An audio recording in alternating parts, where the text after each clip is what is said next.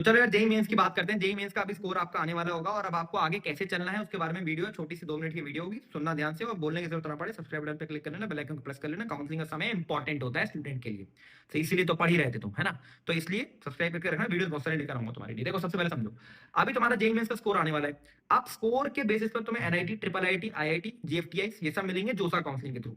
फिर इसके बाद स्टेट गवर्नमेंट कॉलेज की काउंसलिंग होती है बहुत सारी, जैसे यूपी के स्टेट गवर्नमेंट कॉलेजेस की काउंसलिंग होती है, फिर एमपी के स्टेट गवर्नमेंट कॉलेज की काउंसलिंग होती है, फिर एमएचसीईटी की भी काउंसलिंग उसको जेईई मेंस के थ्रू होती है। तो ये भी आपको कुछ परसेंटाइल जेईई मेंस के परसेंटाइल पे अलॉट होते हैं।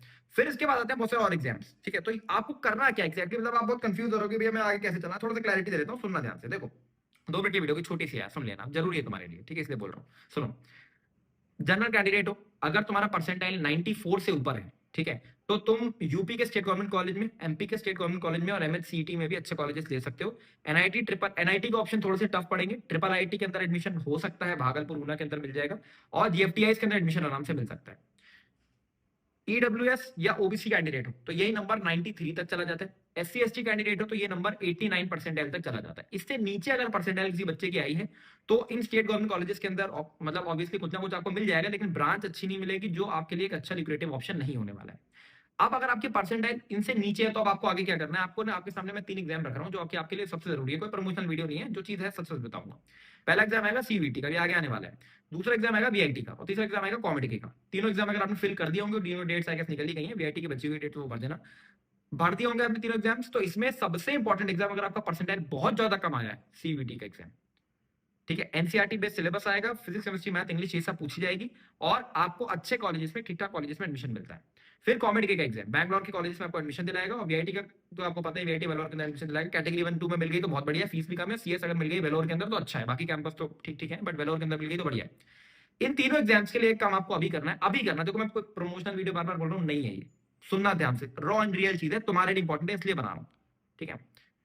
वीआईटी, कॉमेड के, एमएचसीटी भी भरा हो सकता है किसी ने, ठीक है, के सेट भरा हो सकता है। इन सब की अंदर आप प्रैक्टिस कहां से करोगे, टेस्ट सीरीज का क्या यूज करोगे, मटेरियल जैसे जेई मेंस का था तो इन सबका कहां पर होगा। तो जिस बच्चे ने जेई संगल की टेस्ट सीरीज ले रखी थी उसको मैंने सारी की सारी चीजें फ्री में वहां पे प्रोवाइड कर रखी है।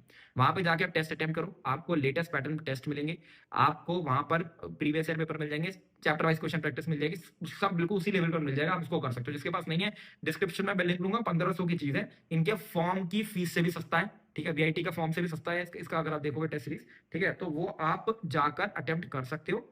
अटेम्प्ट करके आपको एक आइडिया लग जाएगा कि आपको इन कॉलेजेस के अंदर एडमिशन मिलने के चांसेस हैं कि नहीं है। और मैं आपको अब सजेस्ट करूंगा स्पेशली कि इन तीनों ही एग्जाम्स की टेस्ट सीरीज के बिना एग्जाम देने मत जाना। देखो अब तुम्हारे, मैं चाहता हूँ तुम अपने माँ बाप का पैसा बचाओ।